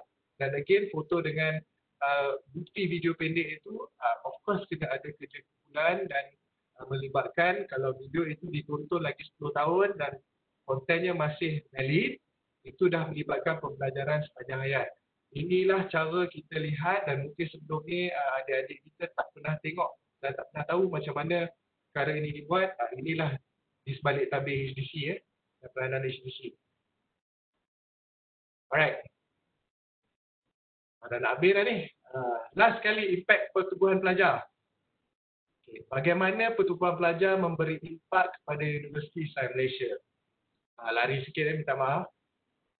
Sebelah kiri sekali kepasukan pelajar. Minta maaf, typo juga. Satu, kita akan capture semua maklumat akademik. Bawah yang tulisan merah, aktiviti bukan akademik. Semua aktiviti bukan akademik akan diletakkan di bawah HEPA. HEPA ni yang 4 komponen tadi itulah. Yang mana kompetensi ataupun yang mana jatuh 4 sektor tu di bawah HDC dan akan disimpan datanya selain daripada SMU pelajar, kampus online tu, kita buka sekarang untuk sistem maklumat universiti SMU PP, pertubuhan pelajar. So, mereka yang jadi setiausaha tu nanti akan ada peranan yang lebih besar lah dengan mentari sebab data-data yang saya sebutkan tadi tu akan dikirim oleh setiausaha dan mentari. Data yang lain tu ditarik secara automatik. Contoh peserta dia pergi tu semua data dah ada dah. Kita tarik data pelajar. Kita map je. Tapi data-data kewangan, data-data impact yang saya sebut tadi perlu dikunci masuk dalam sistem. Dan setakat ini sistem yang dah ada tu yang disenaraikan di bawah, ini sistem yang terlibat dengan pelajar. Yang mana yang merah-merah tu adalah tanggungjawab, yang merah tanggungjawab di bawah HDC. Minta maaf, traces tadi keluar 2 kali. Akhirnya semua perkara yang kita buat ni, impactnya kat traces tadi. Traces tadi akan tengok you all dah kerja ke belum. Contohlah daripada partisipan 209 hari ni, saya percaya di kalangan peserta ni berapa ramai agak-agak Prof Wanda yang tahun akhir setakat yang dah kini masuk hari ni. 10% ada? Pelajar tahun akhir? Semula Cik Lan? Oh, pelajar tahun. Nanti kita check nanti kita check dalam nanti kita check. Sebab pelajar tahun akhir ni lah datanya nanti akan masuk dalam tracer tadi. Dan kalau mereka ini menantikan untuk graduasi, saya doakan mereka ni semua dah bekerja lah. Setidak-tidaknya mempunyai pendapatan bulanan kalau tidak untuk bidang pun. Dan bagaimana data-data ini memberi impact, tu dia, bahagian kualiti sebelah kanan Mahira, MyMubis, Setara, KPI, Rizal, THC, QS. Kenapa? Sangat penting sebab kalau data disalurkan tak betul, ranking kita jatuh. Dan semua yang saya senaraikan ni ada 2-3 perkara yang ranking USM dah jatuh. Saudara-saudari boleh lihat dalam laman KPI ataupun yang berkaitan. Yang mana kalau kita compare dengan 4-5 tahun lepas, penurunan tu berlaku lah walaupun tak banyak. Kalau boleh kita nak peningkatan. Kenapa? Bila penurunan ini berlaku secara ketara dan makin lama makin turun, visibility USM itu sendiri nanti atau branding USM itu orang kata USM efek, tapi kenapa rankingnya turun? Bila itu berlaku, kebolehpasaran tuan-tuan perempuan pun akan terganggu tau. Tak payahlah ambil student USM, tak bagus sangat pun. Itu mentality yang kita akan tukar. Tapi kalau kata Mahira je bagus, ranking lainnya bagus, Mahira ni bangsaan, ranking international contohnya QS dengan THC nya tinggi, itu sendiri dah memberi kesan walaupun 2.5 tapi kerana hasil daripada produk USM Apex yang ranking dunianya tinggi, orang akan tengok you dulu. Sebab branding itu kita bawa.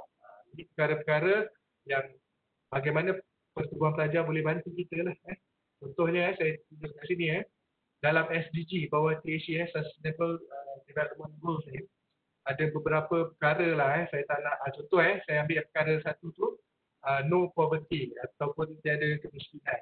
Kadaran pelajar yang mendapat bantuan kewangan untuk menghadiri universiti. Itu part kami yang akan buat nanti di peringkat SDC, di peringkat HEPA, siapa yang akan kita keluarkan data-data menerima sumbangan, menerima tajaan, menerima mahasiswa.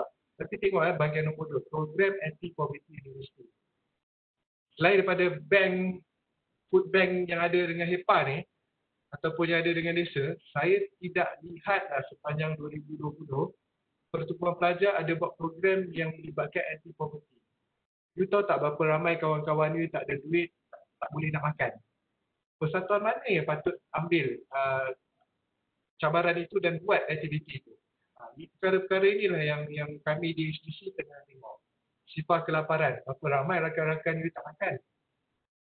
Ini perkara-perkara yang kita nak minta bantuan besok, dijadikan aktiviti supaya boleh dikembangkan dan boleh ditarik juga lah untuk kita punya ranking. Pelajar wanita ni mungkin tak ada kaitan dengan Pertubuhan Pelajar. Tapi tengok dalam SDG dia ada dasar orang kurang kelainan upaya, atau dia guna perkataan sini kurang upaya lah, saya guna kelainan upaya. Dekat mana dalam aktiviti Pertubuhan Pelajar dasar melibatkan orang kelainan upaya atau kelainan keistimewaan upaya lain lah tak ada. So Pertubuhan Pelajar dah mula kena pick up. Sebab dalam dasar pengambilan pekerjaan 2% tu setidak-tidaknya ada staf kurang upaya ataupun kelainan upaya. Tapi dalam Pertubuhan Pelajar kita tak syaratkan perkara itu berlaku lagi. Dan contoh bawah SDG 16 Peace, Justice and Strong Institution. Dia dah minta dekat situ menyediakan SOP untuk penglibatan ahli politik bersama Pertubuhan Pelajar. Ada dasar tu di USM, tapi bila pelaporannya berlaku di peringkat Pertubuhan Pelajar, contoh dia panggil Pak Menteri ni datang rasmikan ke tempat kedebut. Apa soalan saya, apa impak yang diberikan? Kalau dia datang masuk dia bagi 20,000 dekat Pertubuhan Pelajar tersebut, itu saya tak ambil lah. Tapi kalau dia datang setakat untuk dapat populariti masuk dalam media ataupun berita contohnya, dia akan dapat yang tu je lah, impak-impak lain tak ada. So apa impak yang diberikan kepada ahli-ahli yang duduk dalam Pertubuhan Pelajar tu? Ini perkara-perkara yang MP tahun ni yang dilantik akan fikirkan bersama HDC lah bagaimana kita nak terjemahkan ni dalam bentuk aktiviti. Dan yang SDG 17 ini bukan saya yang beri tau, ini diberikan oleh Jawatankuasa SDG Universiti yang mana kita kena hasilkan. Nampak ayat dia, memastikan Pertubuhan Pelajar mengeluarkan laporan tahunan dan dimuat naik dalam laman sesawang. Laman sesawang ni saya dah cek 100 lebih tadi tu Pertubuhan Pelajar. Jangan kata laman sesawang, portal FB-nya pun ada yang tidak aktif. Maka dengan itu pada hari ni semua Pertubuhan Pelajar, tak kira lah ahli tak ahli, remind lah kawan-kawan, saya nak tengok Facebook yang aktif. Maksudnya benda-benda yang kita bincang atas tadi tu dah dipaparkan dalam bentuk laman web. Kalau nak tengok contoh, masuklah laman web HDC, pergilah dekat HDC MD, tengok macam mana kita buat. Itu boleh dijadikan contoh. Kerana ini semua dah nak dijadikan bukti dalam SDG. Ni rakan universiti lain ni dengar ni, mungkin dia akan ambil alih, dia akan ambil apa? Tan Yong Kuan terima kasih you dah sharekan dekat situ sama dengan tu. Itu link, itu detail boleh buka. Tapi bagaimana terjemahannya ke peringkat Pertubuhan Pelajar, ini yang saya bagi contoh. Maksud semua elemen tadi tak kira teras CSD atau hebat. Soalannya, di manakah isu kelestarian? So program-program yang Pertubuhan Pelajar buat perlu ambil kira perkataan kelestarian itu sendiri. Sebab tak ada dalam 14 atribut hebat dengan teras CSD, perkataan lestari itu tidak wujud. Dia diterjemahkan dalam OD, Operational Definition. So kefahaman saya sekarang dari HDC dan universiti perlu diterjemahkan dalam semua aktiviti. Kalau saudara-saudari ingat satu masa dulu white coffin styrofoam tu kita dah tak boleh guna. Bila satu masa dulu dia angkat jadi aktiviti, lah ni jadi amalan. Memang dah tak guna plastik, dah tak guna straw tahun ni. Okay? Tapi angkat balik dalam Pertubuhan Pelajar macam mana? Contoh kenapa angkat balik? Ada aktiviti saya lihat bila saya join, dia masih bagi mineral cup tu. Kita dah tak pakai mineral cup atau botol tu plastik. So maksudnya dia tak faham lah SDG ataupun lestari tu isunya apa.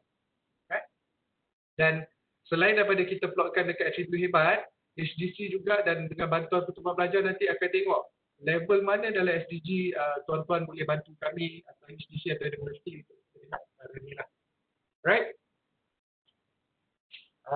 Okay, saya punya second last slide.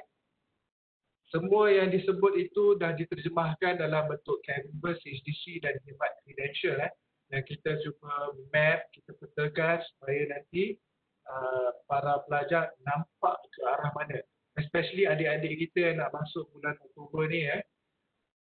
Perkara ini juga saya kongsikan kenapa saya expect dan saya mohon supaya semua pertubuhan pelajar ada Canvas masing-masing supaya kita tahu hala itu. Tak semestinya you capai semua 14 attribute. Kalau macam tadi persatuan pidato, kelab pidato, of course lah you kena, kalau terasa SD tu patutnya elemen-elemen pidato ni lah you kejar dengan komunikasi, kepimpinan. Tapi sesuai tak pemikiran saintifik ni untuk diterapkan dalam kelab pidato? Ini perkara-perkara yang kena tengok satu-satu daripada thinking, articulate, balance, entrepreneurial dengan holistic. Kalau tuan-tuan, saudara-saudari boleh buat 14-14 ni dalam masa pegang jawatan setahun tu, saya nak recommend jadi bakal pengarah hebat masa akan datang lah. Sebab you dah faham dan you lalu. Okay?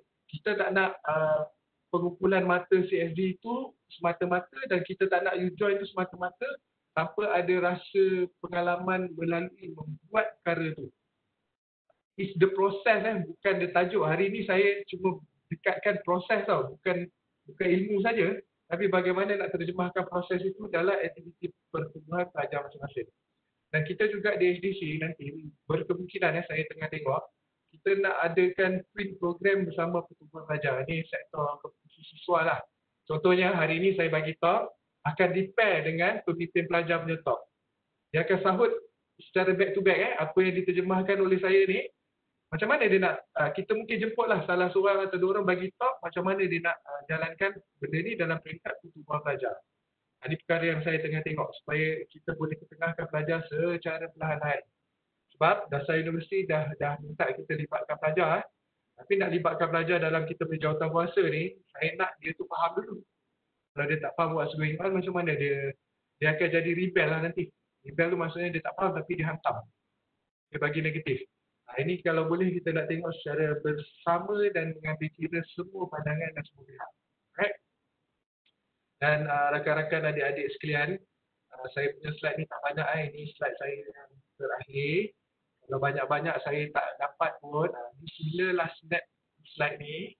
Sebab slide ni lah merangkumi semua cerita pasal hebat.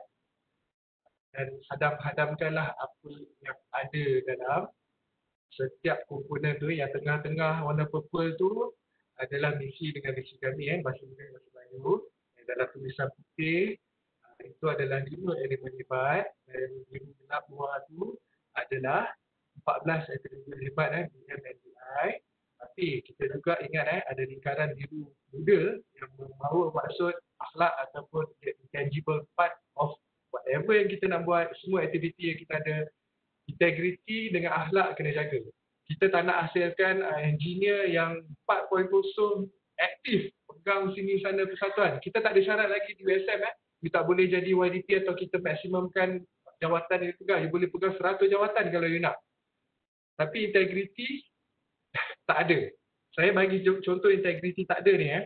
Pengalaman saya masa student dan ketika berurusan dengan pelajar ni, ada sampai tahap pertubuhan pelajar boleh datang minta risiko kosong. Sebab dia nak adjust dia punya kewangan. Ini pada saya tak ada integriti lah. Tak kira lah sama ada dapat sokongan penasihat ataupun tak. Kalau tanya saya memang boleh masuk lokap tu. Sebab you sudah buat itu. Dan bagi rakan-rakan yang tengok berita malam tadi, bukti pertama, 2 universiti dah naik dalam prime time berita yang satu melayar lihat, pegawainya satu di tak payah sebut lah universiti mana, tapi isu menyalahgunakan kuasa dan menyalahgunakan tata cara kerja.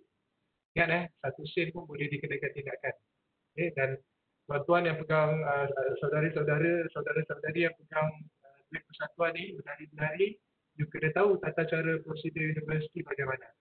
Dan semua itu perlu disalurkan dengan bahan bukti lah kan, hasil pembelajaran. Saya berhenti dulu dekat situ, lebih kurang sejam saya sebut ni. Saya buka untuk sesi soal jawab. Silakan Puan Mana. Okay, terima kasih Cik Lan. Saya nak jemput untuk ajukan soalan. Ya, sekiranya ada soalan kepada pengarah HDC. Ya, kalau kita lihat tadi kita dah explore tentang hebat agenda. So H tu mengagumi holistic. Kemudian kita ada entrepreneurial. Kemudian kita ada B, balance. And then articulate and also thinking. Dan perlu diingat, kita ada 5 elemen hebat, 14 attribute dan 1 elemen tangible iaitu akhlak. Di mana yang Cik Hazlan sebutkan tadi, tidak bermakna ya, apa-apa hebat ini tanpa integriti dan juga akhlak. So saya jemput kepada adik-adik, para pelajar untuk ajukan soalan ya, supaya mungkin ada beberapa pencerahan ke. Kan senang ya kita nak dapat sesi bersama dengan pengarah. Jadi manfaatkan sesi ini dengan sebaiknya. InsyaAllah. So saya ingat banyak sangat info yang kita dapat hari ini. Kan? Bagaimana kita nak menyediakan satu platform yang sangat kondusif untuk adik-adik ke arah capaian atribut-atribut hebat yang telah kita design ya. Okay, ada soalan? So, saya boleh bacakan soalan di ruangan chat. Ada? Ya.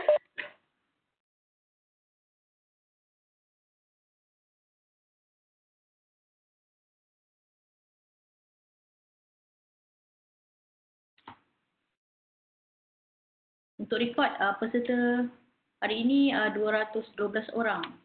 Cik Len. Saya nampak tu. Okey.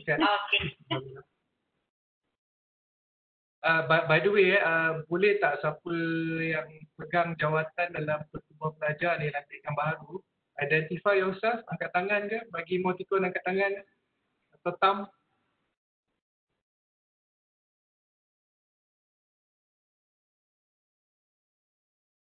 Okey, daripada pertubuhan pegang jawatan boleh raise hand. Dia ada ikon di bawah tu, boleh raise hand.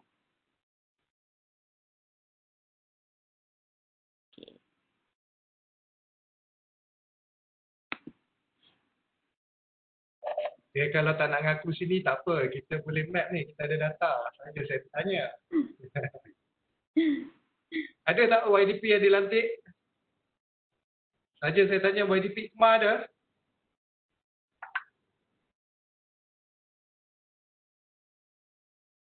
Saya tanya, YDP Persatuan Saya Pergigian ada?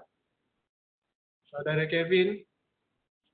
So Kevin, okey ya Kevin? Ada perkara-perkara yang nak ditanyakan dan tidak jelas sebab Kevin punya peranan sekarang sudah berubah sedikit sehubungan dengan penerangan hari ini ya. Ada perkara-perkara yang nak ditanya Kevin? Dalam sesi ini berdasarkan teras hebat, adakah mekanisme yang sedia ada untuk menghilangkan sistem rekod majlis dekat rekod tapi benar-benar cukup memahami? Okey, soalan yang baik daripada saudari Tan Aisyah yang dia tanya sekarang ni. Apakah MyCSD dengan agenda hebat itu bertembung nanti? Okay. Kalau saya boleh kongsi sedikit first, peranan ataupun fungsi MyCSD adalah untuk mendapatkan mata desa antaranya selain daripada kita tengok lapan teras tersebut, dan fungsi hebat adalah untuk keboleh pasaran kebaruan. Dalam 8 teras MyCSD, ada perkara-perkara yang kita lihat bertindan. Contohnya, kepimpinan. Dia bertindan dengan hebat attribute. Apa di peringkat kami buat? Kalau saya boleh tunjuk slide sistem tadi. You perasan kat sini ada sistem MyCSD 2 sebelum E hebat credential. Bermakna, semua maklumat dalam MyCSD itu akan diteliti oleh hebat dan akan dinilai dan akan ditauliahkan oleh hebat. Maksudnya, kalau MyCSD itu jadi peserta pun dapat mata untuk desa, tapi di hebat peserta kita tidak ambil kira untuk financial hebat. Sebab dia serta je, kita nak dia terlibat untuk menjalankan. Tapi kalau dia peserta kejohanan SUKMA dekat Malaysia ataupun SEA Games sebagai peserta, itu lain ini peserta aktiviti lain. Dekat situlah demarcation yang kita buat. So untuk menjawab soalan Aisyah tadi, untuk mengelakkan sistem record my study setakat record tetapi benar-benar mencapai matlamat agenda hebat tu memang kita sedang map. Kita akan map. Cuma saya tak terangkan di sini bagaimana kami buat sebab di peringkat universiti ni ada kumpulan, satu lagi kumpulan yang sedang tengok my CSD. Pertubuhan Persatuan Pelajar di kampus kesihatan, ia masih di bawah HEPA kerana kelulusan di kampus cawangan masih tertakluk kepada pengarah kampus bukan pengarah HDC. Tetapi akan ada perkara-perkara yang nanti bila kita ubah dalam sistem ni, bila dah semua online, kita akan tengok balik dia punya flow kelulusan dan kita akan selaraskan supaya sama dan tidak dibezakan. Okay, Kevin?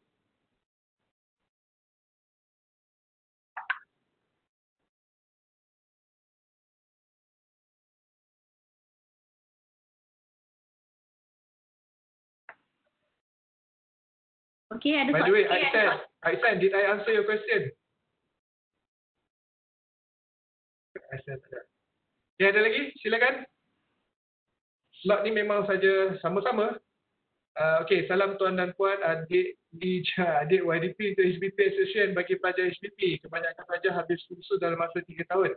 Oleh itu ada tak cadangan untuk kami demi mencapai taraf seperti pelajar? Okey. Terima kasih kerana bertanya dan ini untuk khusus untuk HBP Okey. Bagi rakan-rakan atau adik-adik kita di HBP dan pusat pengajian seumpamanya yang habis dalam masa 3 tahun, kalau ikut program utama yang kita aturkan sekarang ni, tahun ketiga tu, dia hanya capai tahun ketiga je lah. Maksudnya dia tak ada chance untuk pergi ke tahun ke-4 atau 5 Yang ini kita juga dah identify siapa yang bertanya tadi, Jazwan saya panggil Lee adik Lee kita tanya tu kita dah identify dan kalau tuan-tuan perasan kita plotkan benda tu selari okay. Nampak tak dekat situ? Tahun ketiga kita dah minta dia sampai tahap balance and entrepreneurial tu dah capai. Dan saya percaya kalau thinking part, articulate part, balance and keusahawanan tu dibuat, I'm sure dalam semua aktiviti tu melibatkan kerja kumpulan, kepimpinan, pembelajaran sepanjang hayat dah berlaku. So tak ada isu lah kita akan gabungkan lah. Cuma kalau dia boleh buka company kalau you architect, you dah boleh buka company tahun ketiga tu, ataupun you buat dengan hijaz kasturi contohnya, you dah dapat kerja, internship terus, yang tu saya kata pemantapan dan holistik dah berlaku lah dekat you. HEBAT tu. Jangan risau. Tidak akan tertinggal tahun ini kita susun untuk panduan. Tapi pusat-pusat pengajian melibatkan 3 tahun tu kita garapkan sekali pengupayaan dan pemantapan tu dilihat bersekali. Okey Lee Right, ada lagi? Baik, ada lagi. Saya minta YDP lain, takkanlah Kevin seorang YDP dalam ni. Come on. Ini student FX semua ke depan sikit. Identify yourself, please. Ada tak wakil anak negeri dalam ni?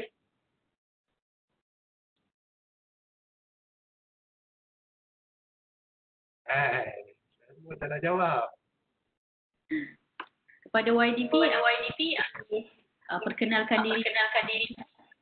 Kemudian ada tak wakil daripada anak negeri? Perkenalkan diri di ruangan chat. Ya, kita ada 212 orang hari ini. Jadi saya yakin dan percaya. Yang mana ada join, sila perkenalkan diri. At least type sikit di ruangan chat tu. Saya YDP daripada Perkumpulan Siswi Dama. Kemudian YDP Persatuan Bahasa Tionghoa. Saya ingin bertanya, adakah SDG di label pada poster dan banner adalah wajib, Cik Len?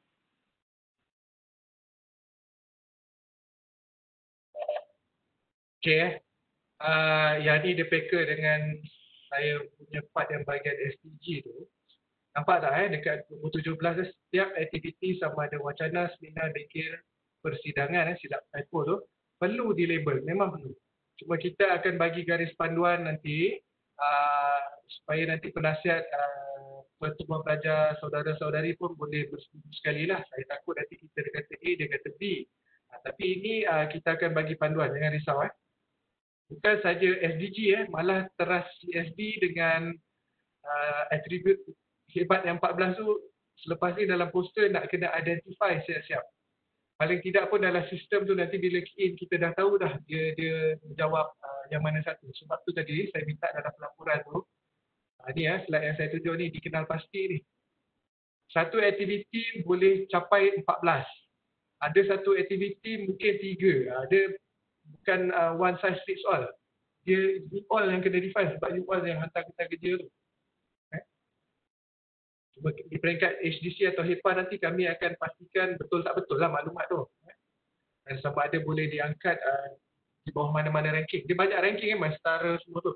Tapi yang saya tunjuk hari ni SDG sebab antara agenda USM itu adalah kelestarian. Tapi bila kita tengok hari ni UIA dah ke depan, UKM dah ke depan.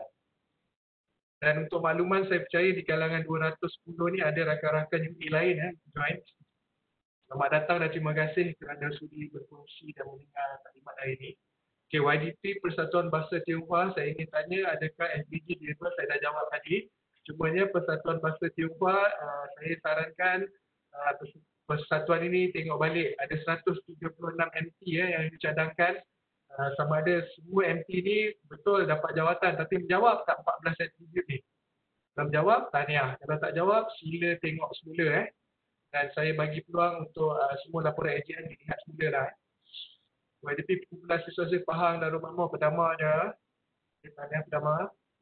Saya tertanya ni Iqmah ni tak ada nak kenal. Saya orang Johor. Alright. Ada lagi soalan?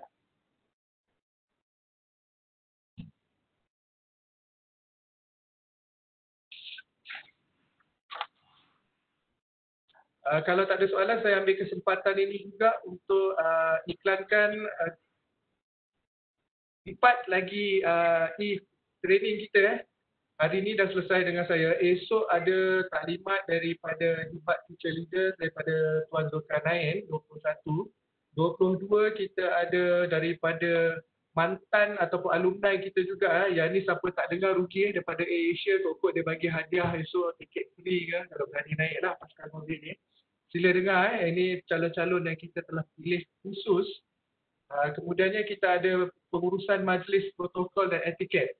Ini juga penting untuk persiapan tuan-tuan. Satu ketua belajar yang nak uruskan lah majlis.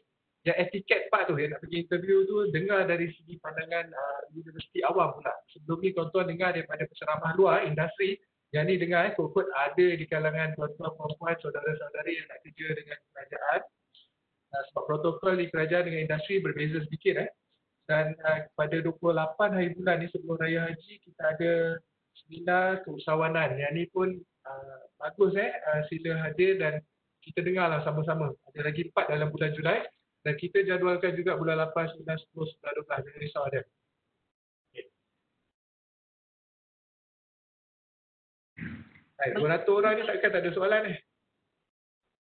Baik, ada soalan. Semua jelas apa yang Cik Hazlan kongsikan kepada kita tadi semua? Boleh komen jelas semua.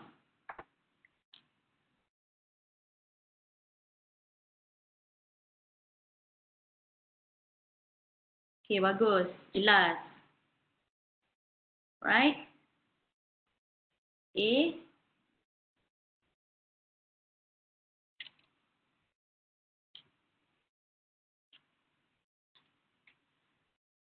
Okay. Baik, kalau anda lihat slide ini, saya suka nak highlight sekali lagi. Make sure selepas ini apabila anda buat kertas kerja ataupun anda untuk merancang sesuatu projek, anda pastikan ia align dengan 14 atribut hebat yang Cik Hazlan telah kongsikan kepada kita tadi. Perlu ada impact pada setiap aktiviti. Tak ada dah orang kata buat ikut suka. So, semuanya perlu ada impact dan align dengan kita punya attribute hebat. InsyaAllah. So, ada satu soalan. Sekiranya persatuan ingin melaksanakan program secara online selepas ini pada norma baru, adakah prosesnya sama dan segala yang dibentangkan perlu diambil kira? Mungkin Cik Azlan nak jawab dulu.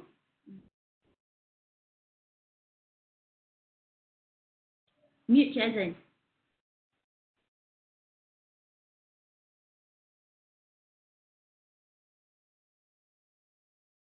Dalam setiap peringkat ini,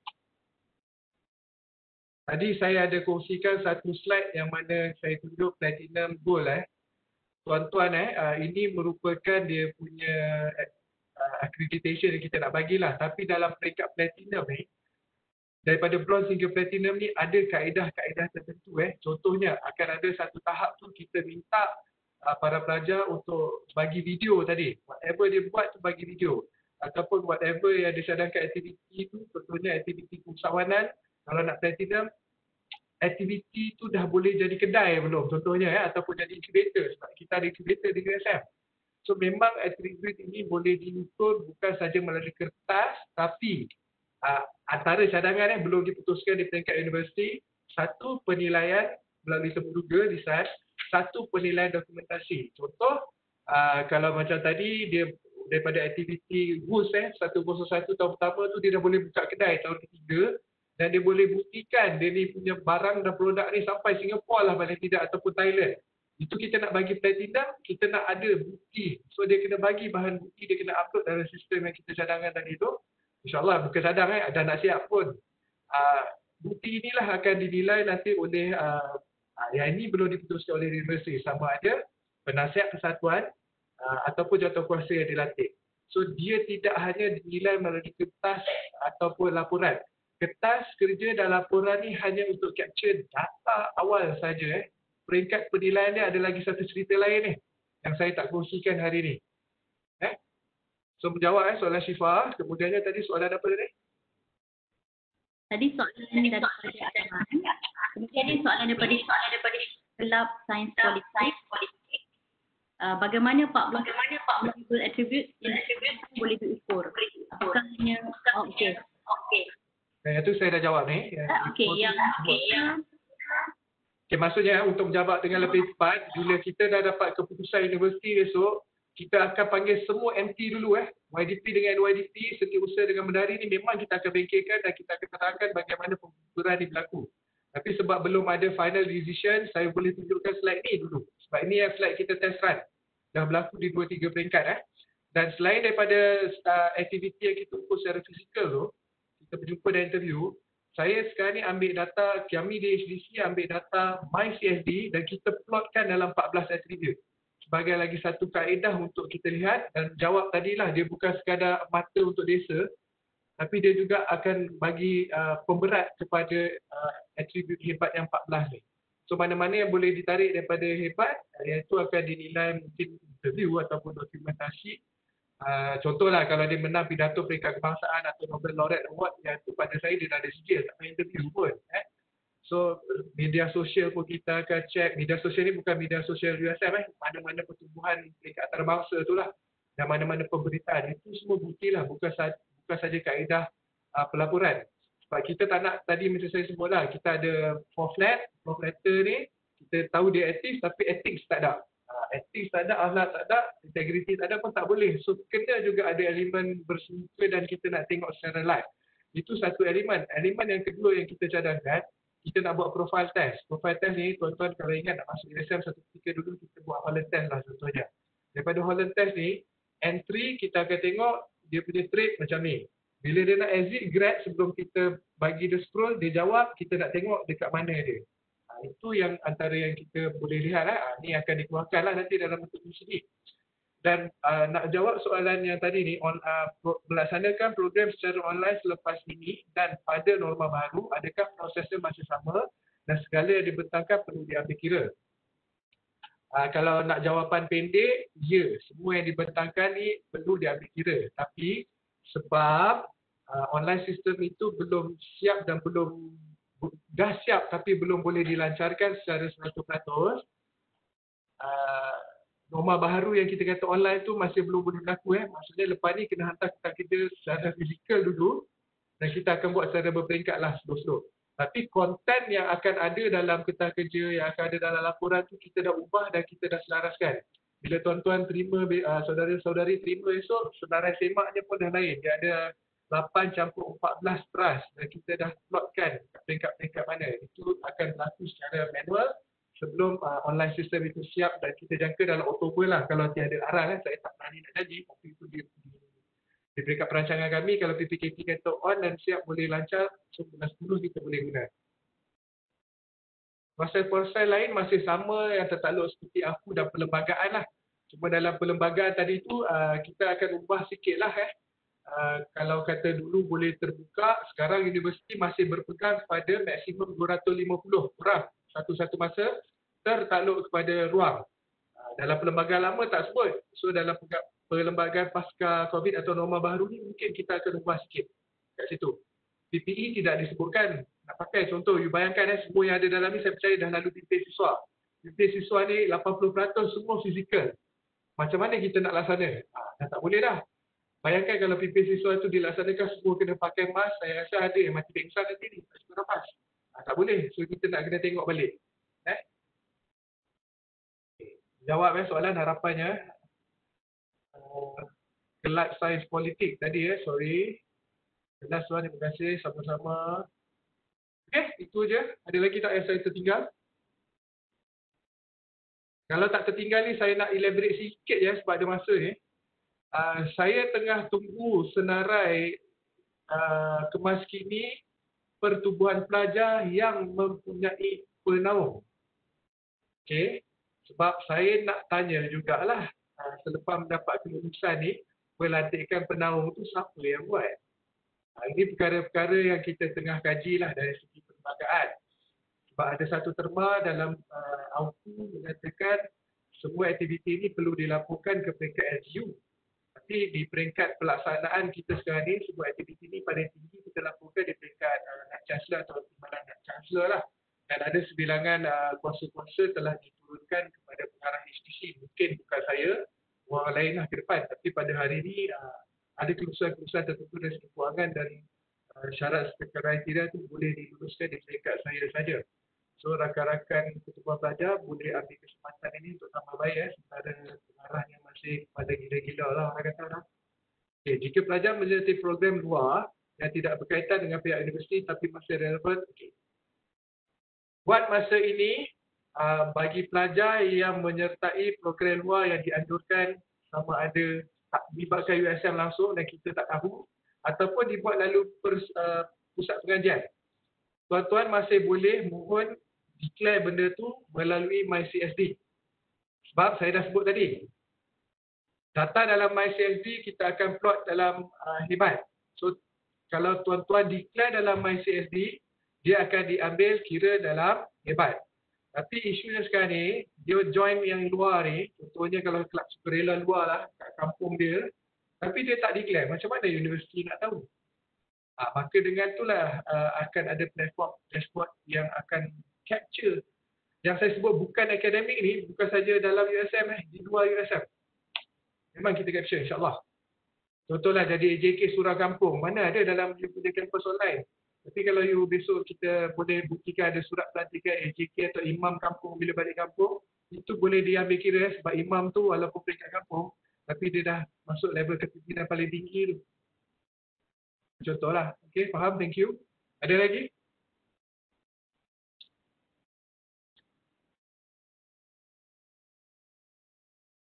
Saya harap maklumat-maklumat hari ini boleh dikongsikan dengan ahli-ahli pertubuhan pelajar masing-masing lah.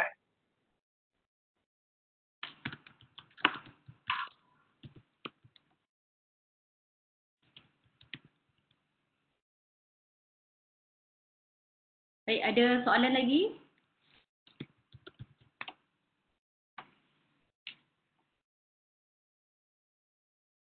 Baik, Cik Lan, saya rasa jelas dan mungkin ada soalan lagi. Sekiranya mereka ingin kontak pengarah, bagaimana ya? Atau kontak pegawai.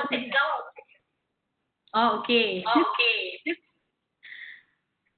So, kepada Nombor telefon tak ada, tapi saya heran macam mana pelajar boleh nampak aset nombor saya. Bolehlah kontak dekat email tu, insyaAllah saya akan reply. Ataupun pegawai-pegawai yang ada lah. Ya, anda boleh cari paparan di screen. Ya. Cuma kalau saya boleh cadang sektor kompetensi siswa, ini untuk kesimpulan adik-adik dalam pertukaran pelajar. Saya cadangkan nak adakan perjumpaan bulanan dengan semua MP lah sebelum adik-adik kita nak ada kerja. The first thing sektor kompetensi siswa kena buat, saya nak adakan perjumpaan besar-besaran maksimum 250 lah dengan semua MP pertukaran pelajar yang baru dilantik. Okey. Boleh? Puan Wana? Boleh. InsyaAllah kita akan lakukan satu perjumpaan maksimum 250 orang, perjumpaan bulanan bersama dengan pengarah HTC. Kemudian kita ada juga seperti mana yang dihasratkan oleh pengarah tadi, kita akan ada makmal transformasi bagaimana nak mengurus pertukaran pelajar dengan lebih efektif dan berkesan. Kemudian dicadangkan juga tadi kita akan ada leadership talk. Maksudnya daripada pemimpin pelajar. So kita akan combine nanti mungkin kita akan brandingkan lah sebagai kita akan cari satu nama platform itu untuk pemimpin pelajar. Jadi anda semua kena bersedia, anda tak boleh lari. Kita akan groom untuk menjadi pemimpin insya-Allah berdasarkan kepada 14 atribut hebat tadi. Dan anda juga perlu alert lah dengan informasi terkini, sistem-sistem yang kita bangunkan. Untuk masa ini saya harap anda semua jelas permohonan untuk mengadakan projek atau aktiviti perlu melalui cara sebelum ini dulu sebelum kita lancarkan insya-Allah. So, anda boleh rujuk di SOP dan juga prosedur yang telah kita muat naik di website HTC htc.usm.my. Kemudian anda boleh juga dapatkan banyak info di Facebook HDC, Hebat Development Center. Saya mohon kerjasama semua juga sebelum kita akhiri program pada pagi ini dengan mengisi borang penilaian e-training yang telah saya masukkan ke dalam ruangan chat. Berikan maklum balas. InsyaAllah saya yakin dan percaya kita banyak dapat info-info yang jelas. Hari ini kita belajar tentang banyak hebat credential, bagaimana kita punya orang kata path ataupun kita senang cerita career roadmap lah di USM ni. Bagaimana kan kita nak groom sehinggalah keluar. Puan Fahana, sorry saya interrupt sebab saya terima satu WhatsApp, ada soalan saya terlepas tadi, minta maaf bagi pihak host. Soalannya yang saya terima lalu handset ni, boleh saya tahu bagaimana pelajar yang tidak memegang jawatan boleh menghasilkan ECV yang mantap? Ianya kerana 14 atribut ini sukar dicapai oleh ahli biasa. Okey, dalam konteks persatuan, kalau ahli biasa ni memang minta maaf, dia hanya akan aktif untuk mata CSD. Kalau atribut hebat, agak sukar untuk kita lihat. Sebab tu saya kata jadi peserta, tapi peserta yang melibatkan diri dalam pertandingan pidato peringkat kebangsaan, sukan dalam peringkat sukma paling tidak, atau peringkat universiti lah paling tidak. Dia mungkin tak nak pegang jawatan, tapi dia menyertai itu sebagai peserta yang bukan peserta penonton peserta. Beza tu. Yang dalam hari ini saya sebut peserta rakan-rakan peserta tu sebenarnya rakan-rakan penonton. Okey. Tapi kalau contoh use dalam hari ni saya jemput contohnya yang kata Anis Mawarni, Ukit Amran. Sekarang sila saya bagi 3 minit sila ulas. Buka dia punya contohnya mikrofon, buat ulasan. Itu dia dah menyertai bersekali.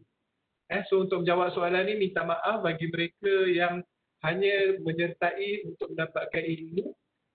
Itu akan dapat dekat bahagian pengetahuan dengan pembudayaan.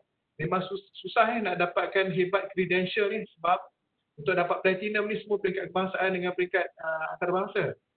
Dan kita cuba lihat, tengok juga peringkat-peringkat universiti yang mana boleh kita klasifikasikan dalam platinum.